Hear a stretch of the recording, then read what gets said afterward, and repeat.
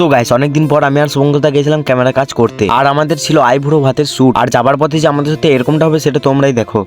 তো গাইস এইরো আমি আর শুভঙ্করদা সকাল সকাল বেরিয়ে পড়লাম ক্যামেরা কাজ করতে। আর যাওয়ার সময় শুভঙ্করদা আর কি তার ছেলেকে একটু আদর করে নিচ্ছে। তো দুদিন আমি ব্লগ ছাড়তে পারিনি বলে একজন ভাই আমাকে কমেন্ট করেছে যে দাদা তুমি ভিডিও করোনি কেন, তুমি ভিডিও করো, না করলে আমার ভালো লাগে না। তো আসলে ভাই আমার ঠান্ডা লেগেছে, তাই আমি ভালো করে ভয়েস ওভার করতে পারছি না। আর হচ্ছে যে আমি যেহেতু দুদিন ক্যামেরার কাজ করতে গিয়েছিলাম তার জন্য আমি সময়ই পাইনি। এবার বুঝলে তো ভাই। তো যাই হোক গাইস, এবার আমরা চলাম ক্যামেরা কাজের লোকেশনে। আর হ্যাঁ, আমাদের মাথরুন থেকে জামরার দূরত্ব হচ্ছে প্রায় 20.7 কিলোমিটার। আর এমন রাস্তা প্রায় 1-1.5 ঘন্টা লেগেই গেল আমাদেরকে যেতে যেতে। তো ফাইনালি গাইস আমরা তো এখন পৌঁছে গেছি। তো এখানে প্যান্ডেলের কাজটা তো ভালোই করছে, আর কালকে যেহেতু বিয়ে তার জন্য প্যান্ডেলের কাজ এখনো হয়নি। তো রুমে পৌঁছি সবাই প্রথম আমাদেরকে মিষ্টি জল খেতে দেওয়া হলো। তারপর আমরা এখানে মিষ্টি জল খেয়ে আইবুড়ো ভাতের শুট নিতে লেগে গেলাম। তো এখানে আইবুড়ো ভাতের কটা ফটোশুট আর কটা ভিডিও শুট আমরা নিয়ে নিলাম। তো ফটোশুট আর ভিডিও শুট নিতে নিতে আমাদের অনেক দেরি হয়ে যায়। তাই এখানে মেয়ের বাড়ির লোকেরা আমাদেরকে বলে না খেয়ে কিন্তু যা হবে না। তাই আমরা খেয়ে দিয়ে বাড়ি যাচ্ছি। আর আজকের ব্লগটা আমরা এখানেই শেষ করলাম। আর দেখা হচ্ছে পার্ট 2 এ।